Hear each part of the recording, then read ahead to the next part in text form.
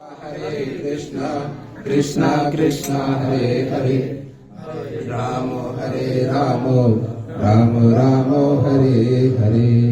हरे कृष्णा।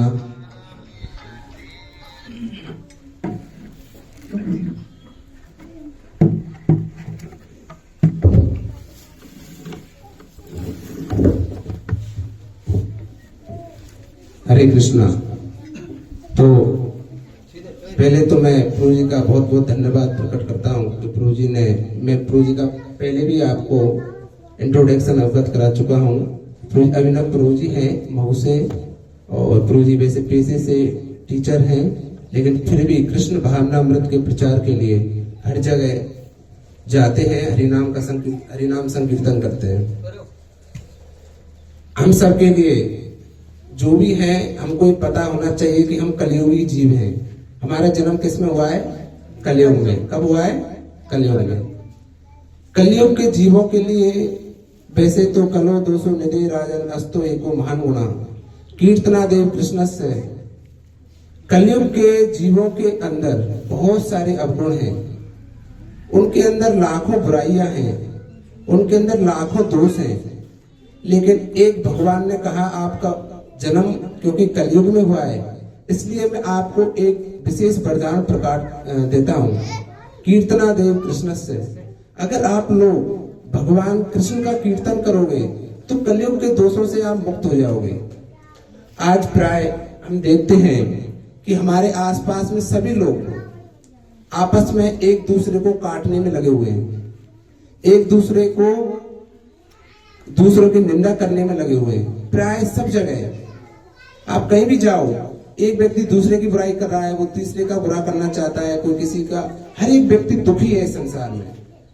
ऐसा कोई व्यक्ति है, ध्यान से सुने, ऐसा कोई व्यक्ति है क्या इस संसार में जो सुखी है? आप में से कोई है ऐसा जो कह सकता है कि मेरे पास कोई दुख नहीं है, मैं सुखी हूं?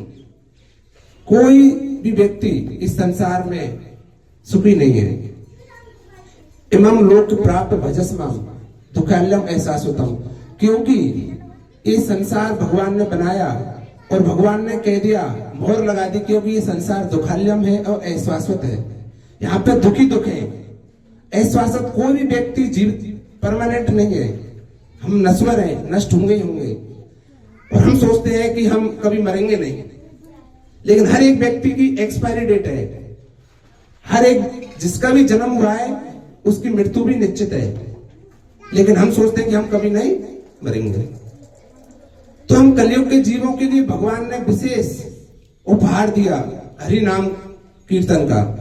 अगर कोई व्यक्ति भगवान के नाम का कीर्तन करता है, भगवान के नाम का जप करता है, मैं गारंटी से कह सकता हूं कि उस व्यक्ति को संसार के दुख छोटे लगेंगे, वो कभी दुखी नहीं होगा अगर वो ध्यान पूर्वक जप कर रहा है। क्योंकि जब आप हरे कृष्ण महामंत्र का जप करते हैं, हरि नाम संकीर्तन, गोलो गोरा प्रेमनर हरि नाम संकीर्तन, जो ये हरि नाम है ये यहाँ का वस्तु है ही नहीं है। जो हम हरे कृष्ण महामंत्र जप करते हैं वो वास्तव में संसार का नहीं है, वो तो गोलोक भगवान के धाम का था। चैतन्य महाप्रभु उस मंत्र को यहाँ पर लेके आए। इससे पहले ये इस संसार के लिए अवेलेबल नहीं था, लेकिन भगवान ने हम पर विशेष कृपा की, चैतन्य महाप्रभु ने, कि हमको एक हरि नाम दिया, हरे कृष्ण महामंत्र दिया। तो मैं कह रहा हूं कि केवल कृष्ण का कीर्तन करने से, भजन करने से संसार में कोई व्यक्ति सुखी हो सकता है। बाकी कुछ भी कर ले, वो बोला कि मैं इतना ही कर लेता हूं, मेरी जॉब लग जाए, पहले मैं 12th पास हो जाऊं तो मजा आ जाएगा। हम कहते हैं ना कि 12वीं में हमारे अच्छे परसेंटेज बन जाए तो फिर मजे ही मजे हैं। फिर अगर हमारी डिग्री हो जाए, कॉलेज कर ले तो फिर मजे ही मजे हैं। फिर अगर एक बार नौकरी लग जाए तो फिर क्या है? मजे ही मजे हैं। नौकरी भी लग गई, उसके बाद में शादी हो जाए तो फिर मजे ही मजे हैं। शादी भी होगी, फिर सोचता है कि बच्चे हो जाए तो फिर मजे ही मजे हैं। वो व्यक्ति सोचता रहता है, फिर हम एक मकान ले लेता हूं तो फिर मजे ही मजे हैं, फिर एक गाड़ी ले लेता हूं तो फिर आनंद ही आनंद है। गाड़ी ले ली तो फिर दोबारा डिमांड बढ़ती जाएगी, लेकिन हमारी आवश्यकताओं की पूर्ति, हमारा जो लोभ है वो कभी खत्म नहीं होगा। इस संसार में हर एक व्यक्ति दुखी है और हमको पता है, हम भी दुखी हैं। लेकिन सुखी हो सकते हो केवल भगवान के नाम का लेकर के। अगर आप डेली प्रतिदिन हरे कृष्ण महामंत्र का जप करो तो मैं गारंटी दे कह सकता हूं कि आप सुखी हो सकते हो। क्योंकि हरि नाम, जो हरि नाम है भगवान का नाम, ये क्या करता है, जो हम जीवन में जो पाप कर्म करते हैं उन पाप कर्मों की जो गठरिया हमारी बंधी हुई है, क्योंकि हमारे एक एक क्षण का हिसाब किसके पास है, यमराज जी के पास में। चित्रगुप्त वहां पे लिखते हैं कि इसने अभी क्या किया, अभी क्या किया, क्या किया, हर एक सेकंड का उनके पास हिसाब है। कोई सोचे कि मुझे कोई नहीं देख रहा, क्योंकि भगवान की सिक्योरिटी इतनी हाई है, कोई उनसे नहीं बच सकता। आप ऐसी जगह जा सकते हो क्या वहां पर हवा नहीं है, जा सकते हो? ऐसी जगह जा सकते हो क्या जहां पे सूर्य नहीं है? ये सूर्य नहीं है तो चंद्रमा है, वो भगवान का रिप्रेजेंटेटिव है, वो देखेगा आपको। दिन रात है, ऋतु है, हवा है, जल है, ये सारी चीज जो भगवान ने दी साक्ष्य के लिए दी है। आप ये नहीं कह सकते कि मैंने ये काम नहीं किया, मैं क्यों उसको दंड भुगतूं। तो यमराज जी के पास जो चित्रगुप्त है वो हर एक सेकंड का हिसाब रखते हैं, हर एक जीव का। लेकिन अगर कोई व्यक्ति भगवान के नाम का उच्चारण करता है, किसका नाम का, हरे कृष्णा कृष्णा कृष्णा हरे हरे, हरे राम राम राम हरे हरे। अगर कोई व्यक्ति इस 16 अक्षर के नाम का उच्चारण करता है तो उसके जो कर्मों की गठरिया है उसमें आग लग जाएगी, या कर्मों की जो रस्सी है उसमें आग लगने लग जाती है। और जो जितना उच्चारण करता है, अगर आग लगेगी रस्सी में तो जल के क्या होगी, नष्ट होगी। तो नष्ट हो जाएगी तो हमारे कर्मों का सारा फल जो हमने किया वो खत्म हो जाएगा। केवल हरि नाम की महिमा है। अगर कोई व्यक्ति हरि नाम लेता है, भगवान के नाम का उच्चारण करता है, कृष्ण राम का उच्चारण करता है, तो उसके कर्मों की जो गठरिया है उसमें आग लग जाएगी और वो जल करके नष्ट हो जाएंगे। बाकी कोई ये सोचा कि मैं पुण्य कर करके मैं इसको नष्ट कर सकता हूँ, अभी मैं पाप कर लेता हूँ, बहुत पाप कर लिया, अब ऐसा करता हूँ मैं कोई पुण्य कर देता हूँ, तो क्या होगा कि दोनों नष्ट हो जाएंगे। ऐसा नहीं है। अगर आपने पुण्य किया है तो उसका फल आपको अलग से भुगतना पड़ेगा, और पाप किया है तो उसका भी फल अलग से भुगतना पड़ेगा। ऐसा नहीं कि कुछ पाप कर लो, कुछ पुण्य कर लो, दोनों मिलकर के नष्ट हो जाएंगे। नहीं, दोनों का अलग अलग भुगतान होगा। जो पुण्य किया है उनका फल मिलेगा अलग से, और जो पाप किया है उसका भी फल अलग से मिलेगा। केवल हरि नाम, भगवान के नाम का उच्चारण करके आप मुक्त हो सकते हो, बाकी आप सुखी नहीं हो सकते। बहुत सारे साधु देखे होंगे आपने, सनातन गोस्वामी, जिनके पास में जिन्होंने राधा मदन मोहन जी का मंदिर बनवाया, जो विग्रह बनवाए थे, वृंदावन में मंदिर बनवाया था, उन्होंने औरंगजेब ने आक्रमण किया तो मदन मोहन जी पहले कहां गए थे, जयपुर, और जयपुर से कहां पर आ गए, करौली। तो जो सनातन गोस्वामी है वो बहुत वित्त मंत्री थे, हुसैन शाह के दरबार में, बंगाल के राजा थे हुसैन शाह, उनके दरबार में वित्त मंत्री थे, फाइनेंस डिपार्टमेंट था उनके पास में। उनके पास में बहुत सारा धन था, उन्होंने बांट करके और वृंदावन चले गए। वृंदावन में एक बाबा के एक पेड़ के नीचे रहते थे, बिल्कुल साधु, कुछ नहीं, एक धोती पहनते थे बस। इतने रईस आदमी वृंदावन जाकर के पेड़ों के नीचे रहते थे। उनके पास में पारस पत्थर था, जिससे आप क्या बना सकते हो, लोहे को सोना बना सकते हो।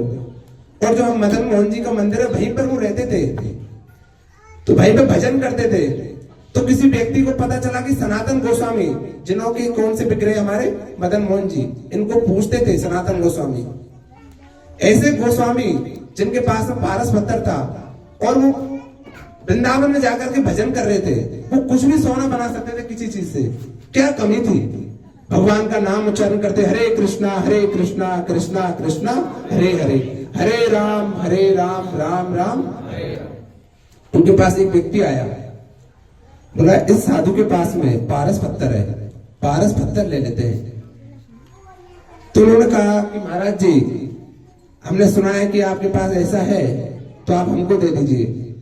तो उन्होंने कहा कि ठीक है, वो जो कचरे का जो ढेर पड़ा है उसमें से उठा करके ले जाइए। उस पारस पत्थर को कचरे में पटक रखा। अगर हम वो दे तो बोला पहले कुछ भी लो दिख जाए, बाजार से खरीद लाओ, सरिया वगैरह जो भी लो आ जाए, घर लाओ, पहले सोना बनाओ, पता नहीं कल इसकी क्या होगा। लेकिन उन्होंने क्या कहां पटक रखा था? कोई ज्यादा पुरानी बात नहीं है, आज से 500 साल पहले की बात है। तो सनातन गोस्वामी ने पारस पत्थर को कचरे में पटक रखा था।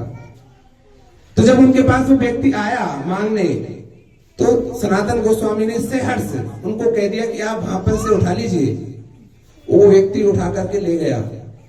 उसने जितना बनाना था बना लिया सोना, लेकिन फिर भी वो उसके मन में आया, बोला इस व्यक्ति के पास में ऐसी क्या वस्तु है, लेकिन इसने ये भी दे दिया, इससे भी बड़ा कौन सा धन है इसके पास में कि अभी भी खुश रहता है बाबा, आनंद से रहता है। तो दोबारा आया, वो बोला यार मैं सब कुछ बना लिया, लेकिन फिर भी संतुष्टि नहीं हुई थी उसकी। फिर दोबारा सनातन गोस्वामी के पास में आया, बोला बाबा आपके पास ऐसा कौन सा धन है आपके पास जो आप हमेशा प्रसन्न रहते हो। तो उन्होंने कहा कि वो पहले पारस पत्थर लाओ। उस पारस पत्थर को मंगाया, बोला इसको यमुना जी में फेंको। अब वो फेंकना तो नहीं चाहता, बोला यार कैसे फेंके, पारस पत्थर कोई फेंकेगा क्या। लेकिन उन्होंने कहा अगर आपको इससे भी बड़ा धन चाहिए तो वो फेंकना पड़ेगा आपको पहले। तो उन्होंने क्या किया, पहले यमुना जी में फेंकवा दिया उसको, और फेंक करके उनके पास आए। बोला क्या है आपके पास, बताओ महाराज, स्वामी जी बताइए आपके पास क्या बड़ा धन है इससे भी। तो उन्होंने अपनी माला निकाली, बोला हरे कृष्णा कृष्णा कृष्णा हरे हरे, हरे राम राम राम हरे। अरे इससे बड़ा कोई धन नहीं है। अगर कोई व्यक्ति हरे कृष्ण महामंत्र का जप कर रहा है, ये भगवान का नाम, अरे हमने इतना सोना बना लिया, सब कुछ बना लिया, लेकिन मर जाएंगे तो यही रह जाएगा ना, तो क्या मतलब निकला। लेकिन अगर आपने भगवान का नाम उच्चारण किया तो भगवान अपने धाम में बुला लेंगे, दोबारा से मृत्यु नहीं होगी, जन्म मृत्यु के संसार से निकल जाओगे। सबसे बड़ा धन है। तो फिर सनातन गोस्वामी उन्होंने उनको शिष्य बन गए उनके, और फिर वो भक्ति करने लगे। तो ऐसे बहुत सारे साधु हैं जिन्होंने अपने पूरे जीवन को भगवान की सेवा में, हाँ एक वृंदावन में थे जज बाबा, नाम सुना है जज बाबा, सुना है किसी ने। अरे हरे कृष्णा, आवाज मत करो, हरे कृष्णा। तो जज बाबा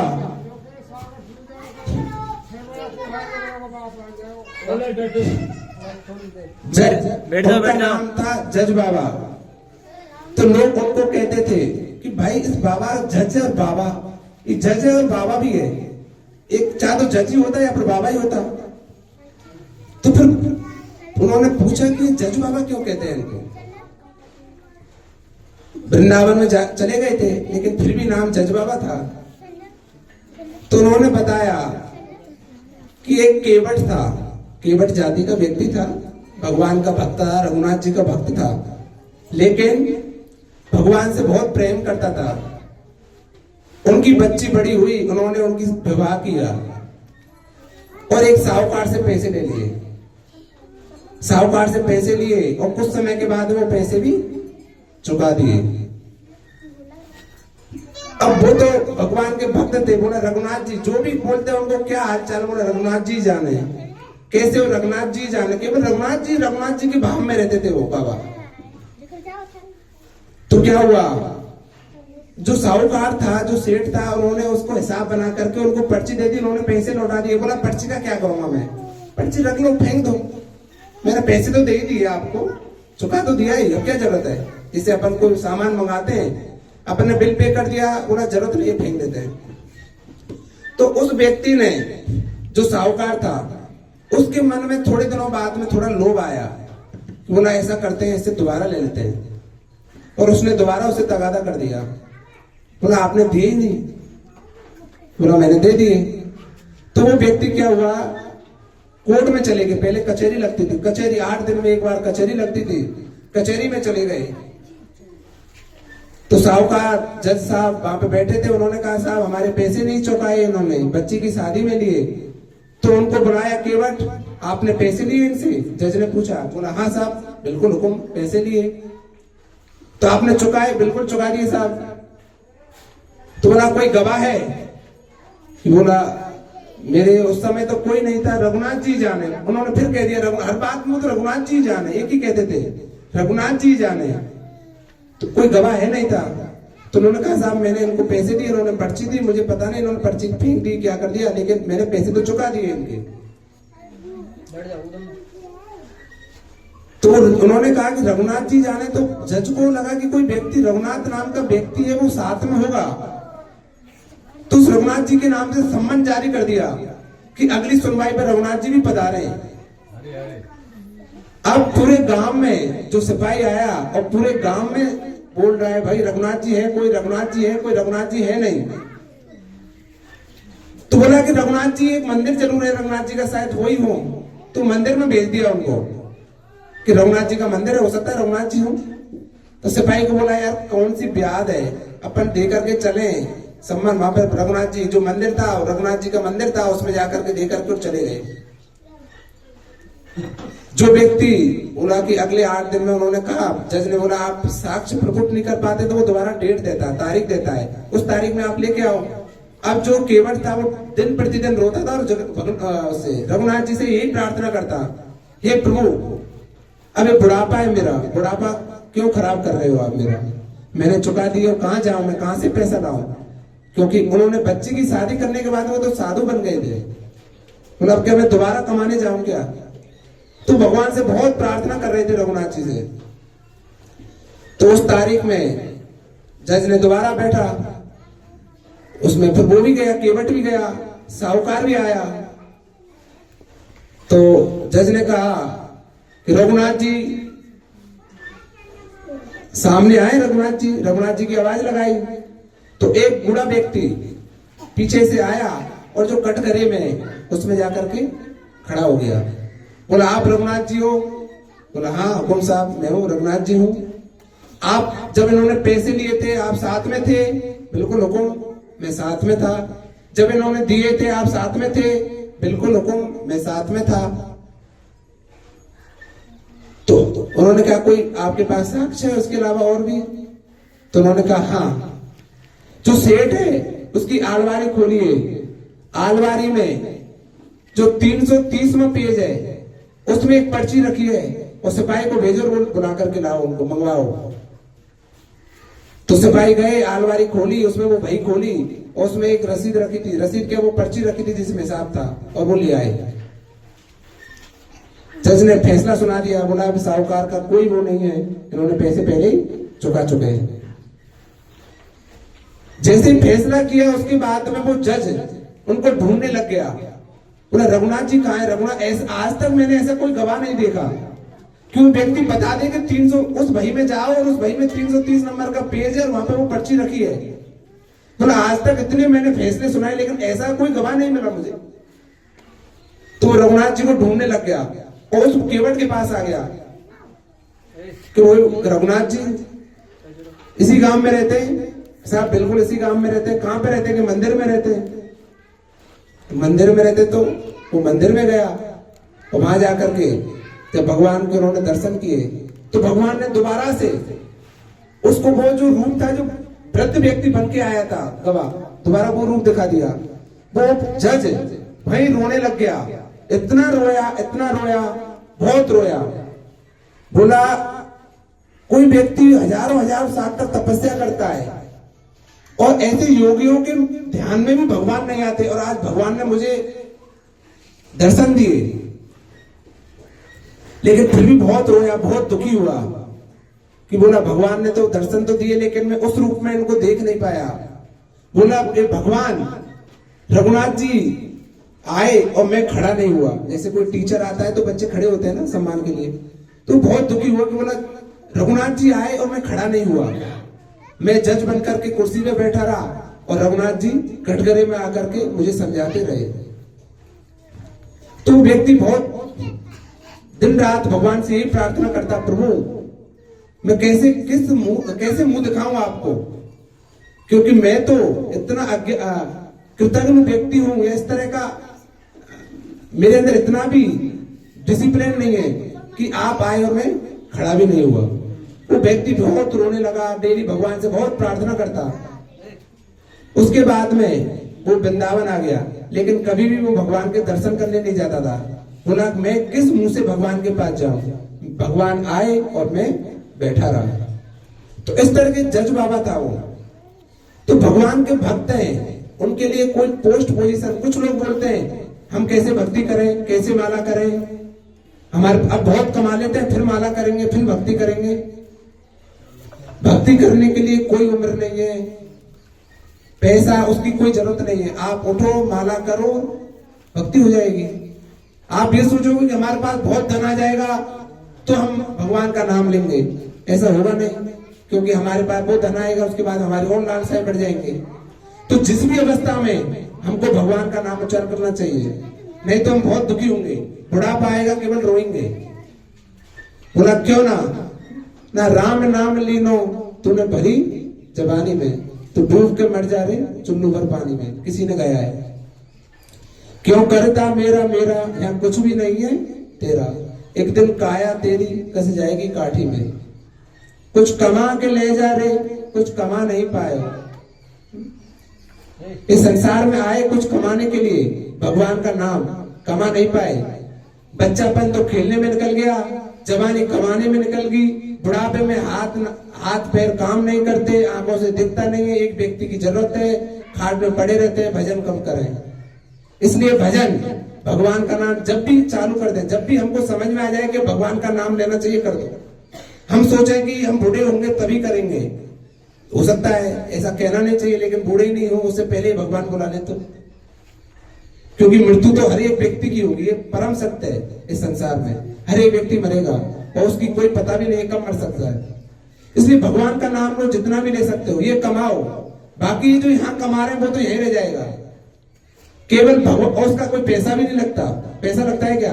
यहाँ पे ये सिस्टम लगाने के लिए तो फिर भी पैसा लगा, प्रभु जी ने इनको बुलाया, पेट्रोल भी जला, कुछ प्रसाद भी खिलाएंगे, लेकिन नाम जप करने के लिए, माला करने के लिए तो घर में बैठ करके करो, कौन सा 1 रुपये भी खर्चा नहीं है। कुछ लोग कहते हैं प्रभु जी शर्म लगती है हमको, 2 लोग बोलते हैं, मजाक करते हैं, बोला है अभी क्या जवानी में कर रहे हो माला, कमाता है नहीं है, माला करता रहता है, पकड़ लेता है, क्या है। देखो शर्म करने से कुछ नहीं होगा। शर्म करोगे तो क्या होगा?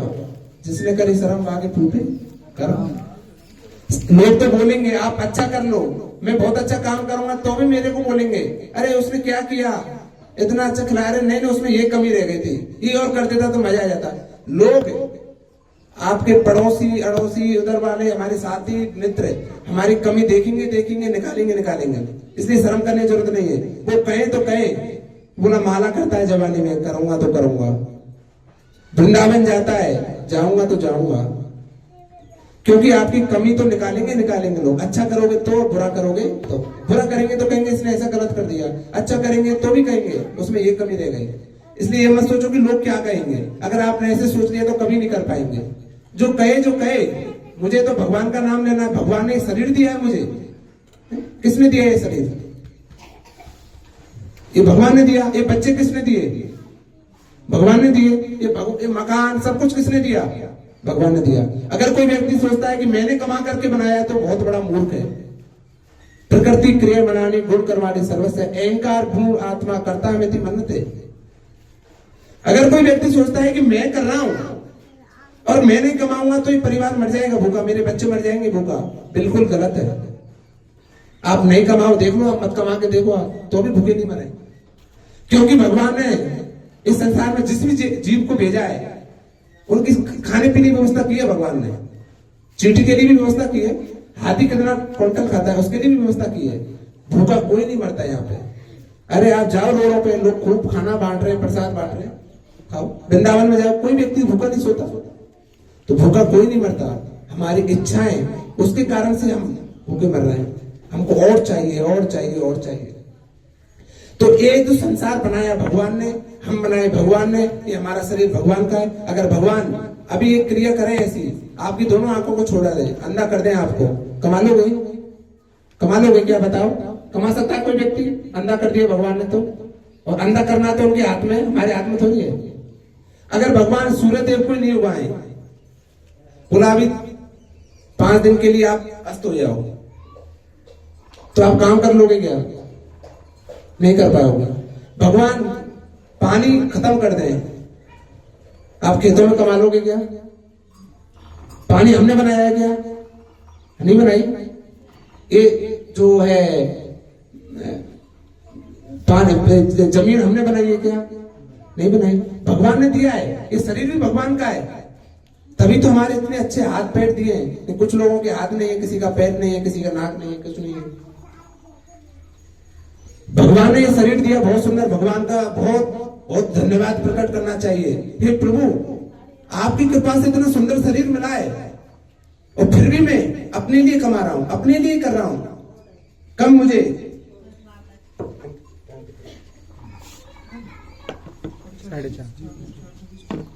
5-7 मिनट और। तो ये शरीर किसने दिया? भगवान ने। किसने दिया? ये परिवार किसने दिया? ये बच्चे किसने दिए? भगवान ने दिए ना। अगर हम कहें कि हमने दी, हमने इनको पालन पोषण किया, हमने किया है, तो गलत सोच है। किसी व्यक्ति के पास बच्चे ही नहीं है तो वो बहुत प्रयास करते हैं लेकिन फिर भी भगवान ने नहीं दिए उनको। किसी के बच्चा, एक बच्ची है, बच्चा नहीं है, तो भगवान की व्यवस्था है सारी। भगवान किसको क्या देते हैं? सब कुछ भगवान का है, हमारा कुछ भी नहीं है यहाँ पर। लेकिन फिर भी अहंकारी जीव बोलता है कि मेरा है। हम, क्योंकि हमारे अंदर बहुत अहंकार है, मैं करने वाला हूं। कुछ नहीं है हमारा। हम एक जमीन के एक टुकड़े के लिए मर जाते हैं, आपस में मार देते हैं, काट देते हैं। एक जमीन हमारी थी? नहीं थी, ये भगवान की थी जमीन। हम मर जाएंगे तो कोई दूसरा व्यक्ति कहेगा ये हमारी है, वो मर जाएंगे फिर दूसरा व्यक्ति कहेगा हमारी है। हम एक टुकड़े के लिए मर जाते हैं लेकिन हमारा नहीं है, वो भगवान की है, भगवान ने दी है। दूसरी बात, अगर भगवान उसी में कुछ करना चाहे, 1 बीघा में भगवान उगाना चाहे तो 5 बीघे के बराबर उगाते हैं, और आपके पास 50 बीघा है, भगवान नहीं देना चाहे तो उसमें भी कुछ नहीं हो। इसलिए हमको सब कुछ भगवान का है, हमारा कुछ भी नहीं है। ये शरीर भी भगवान की कृपा से चल रहा है, इसलिए इसका उपयोग केवल किस में लगाना है? भगवान की सेवा में। किस में लगाना है? इसलिए भगवान के नाम का उच्चारण करो जब भी हो। कोई नियम नहीं है, खाते पीते बैठते सोते लेटते नहाते हर टाइम भगवान का नाम उच्चारण कर सकते हैं। कौन सा उच्चारण करना है? हरे कृष्णा कृष्णा कृष्णा हरे हरे, हरे राम राम राम हरे हरे। कोई नियम नहीं है। कोई कहे कि मैं तो नहा नहीं पाता इसलिए भगवान का नाम नहीं लूंगा, नहीं। भगवान ने तो ऐसे कहा नहीं। भगवान ने तो कलयुग में सारी छूट दे रखी है, सारी छूटें। बोला उनको पता है कलयुग के व्यक्ति हैं, इनकी ज्यादा उम्र नहीं रहेगी। कलयुग में कितना व्यक्ति जीता है? कितने साल जीते हैं अपन? 60 साल 70 साल। पहले 100 लोग 100 साल जीते थे, आजकल 50-60 साल। तो 50-60 साल की उम्र है हमारी, और 25-30 साल तो हमारे खेलने में निकल जाते हैं। 25-30 साल बचे हैं, इसमें क्या करना है? भगवान का नाम करना। नहीं तो क्या होगा? तो कहा इन्होंने, क्यों करता मेरा मेरा, यहाँ कुछ भी नहीं है, एक दिन काया तेरी कस जाएगी काठी में। तो कुछ कमा के ले जा रहे, कुछ कमा नहीं पाया हो। जो वास्तव में कमाने की चीज है वो तो भगवान का नाम है। बाकी जो भी कमा रहे हैं वो यही रहेगा, यही रहेगा। कितना ही कमा लो, कितना ही कर लो, सब कुछ यही रहेगा। अब आज हम कमाए, आप उसके ऊपर कोई, आज हमारा अधिकार है, कल दूसरे व्यक्ति का अधिकार हो जाएगा। क्योंकि प्रकृति का नियम है, प्रकृति का नियम है। हर युग के बाद में प्रकृति चेंज होती है, प्रकृति की चेंज होती है, सारी सृष्टि का वो करते हैं भगवान। इसलिए जब भी समय मिले भगवान का नाम लो, नहीं तो मर जाएंगे एक दिन, कुछ भी कमा के नहीं जाएंगे, यही रह जाएगा सारा। तो हमको हरे कृष्ण महामंत्र का जप करना है। हरे कृष्णा कृष्णा कृष्णा हरे हरे, हरे राम राम राम हरे हरे। कोई व्यक्ति कहे मेरे पास समय नहीं है, नहाने को नहीं है, कोई बात नहीं, उठो पहले खाट में से और एक माला करो खाट में, फिर नीचे पैर रखो। नियम बना लो, शाम को मैं सोऊंगा जब ही। आप बताओ, कुछ लोग बोलते हैं हमारे पास समय नहीं है, फिर सुबह के जाते हैं हम और शाम को 9 बजे आते हैं। हमारे ड्राइविंग का काम है। जैसे अशोक प्रभु जी ने पूछा हमारे प्रभु जी से, बोला प्रभु जी मैं 7 बजे निकल जाता हूँ, शाम को 9 बजे आता हूँ, मैं माला कैसे करूं, भक्ति कैसे करूं? भाई अपन के पास कमाने के लिए, अपन खाने के लिए हमारे पास समय है, हम डेली खाते हैं? और सारे नहाने के लिए समय है हमारे पास, फ्रेश होने के लिए समय है, सारे कामों के लिए समय है, लेकिन भगवान के नाम के लिए समय नहीं है। समय हमको निकालना पड़ेगा। आप सुबह उठो तो पहले माला करो। बोला मैं दिन की शुरुआत इससे ही करूंगा, पहले मैं माला करूंगा, उसके बाद में क्या करूंगा? और सारे काम करूंगा। या फिर नियम बना लो कि रात को सोऊंगा नहीं, चाहे तो 12 बजे या 1 बजे, ऐसा नियम नहीं है कि खाने के बाद में नाम नहीं ले सकते नाम। आप रोटी खाने के बाद में भगवान का नाम ले सकते हो, क्योंकि कलयुग में भगवान ने छूट दी है। पूरा कलयुग के जीव है, इनके पास समय नहीं है, इसलिए भगवान ने छूट दे दी। बोला आप जिस भी अवस्था में हो भगवान का नाम लो बस। तो रात को सोने से पहले नियम बना लो। हमारे प्रभु जी है 16 माला जप करते हैं। कितनी माला? 16 माला। और स्कूल में मास्टर है, स्कूल भी जाते हैं, माला भी करते हैं, डेली भागवत भी पढ़ते हैं, प्रवचन भी सुनते हैं और इधर उधर भी जाते हैं। और डेली 16 माला करने के लिए 2 घंटे लगते हैं। कितने? 2 घंटे। और आपको एक माला जप करने में टाइम लगेगा केवल 7 मिनट। कितना?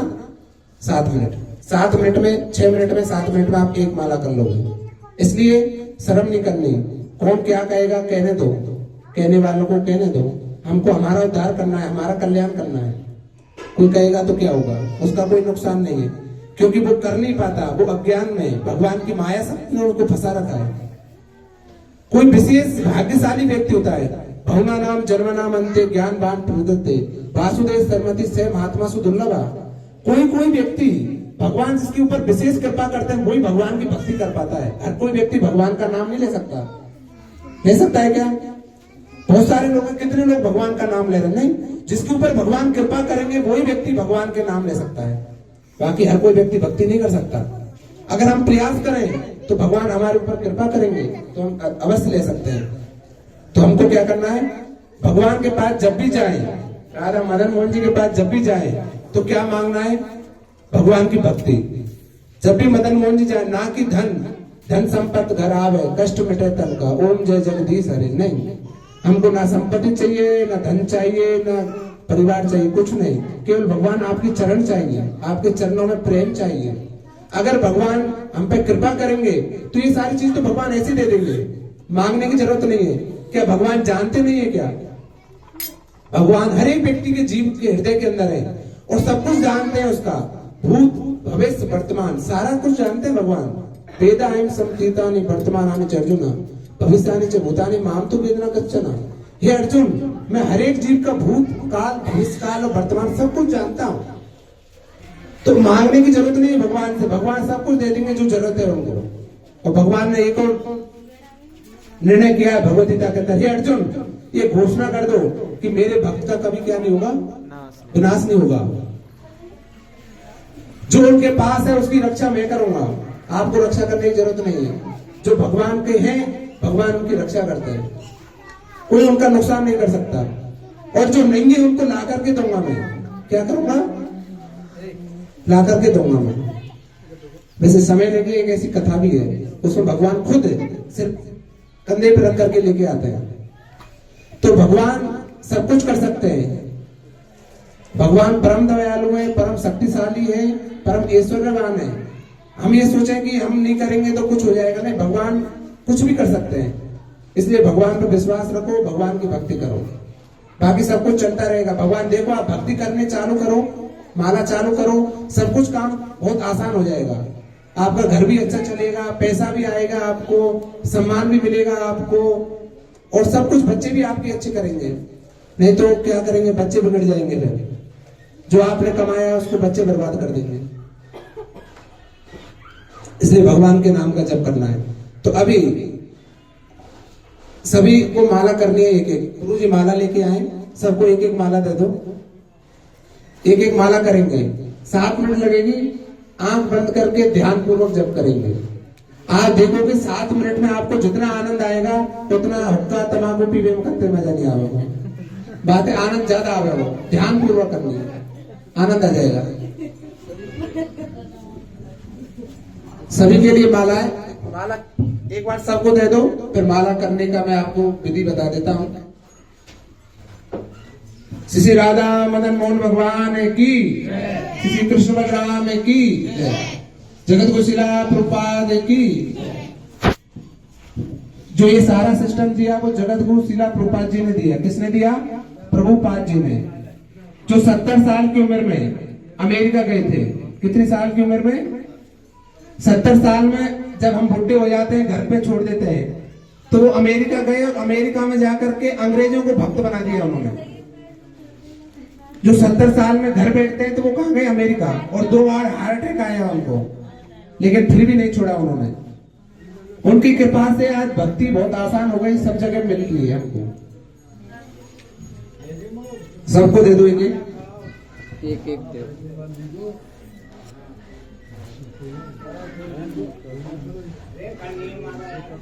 माला करनी, मैंने पहले कह दिया शर्म तो करनी नहीं है। शर्म करोगे तो फिर लोग तो अच्छा करोगे तो, बुरा करोगे तो भी बोलेंगे, तो अच्छा करने को बोलने दो ना।